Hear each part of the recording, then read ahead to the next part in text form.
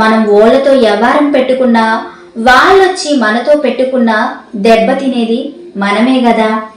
ఇదంతా నా కొడుకు సురేష్ గోడికి చెప్తా ఉంటాను.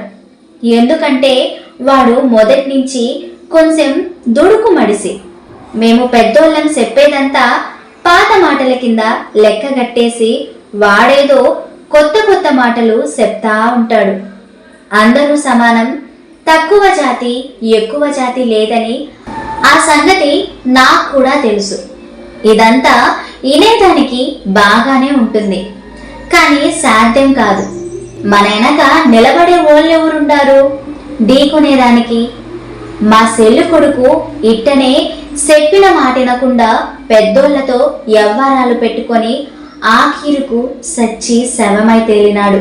మా మంగళోడే దేవదాసుగోడని తెనాలి నుంచొచ్చి తిరుప్తి మంగళ షాపులో పనిచేస్తా అప్పుడప్పుడు మా ఇంటికొచ్చి పోతా ఉండేవాడు.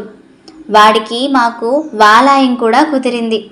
వాడెప్పుడొచ్చినా గ్లాసు కూరమల్లు జుబ్బా, తెల్ల పంచ, సైకిల్ కట్టుకొని తలకు సెంపెంగ సమురు పెట్టుకొని వచ్చేవాడు.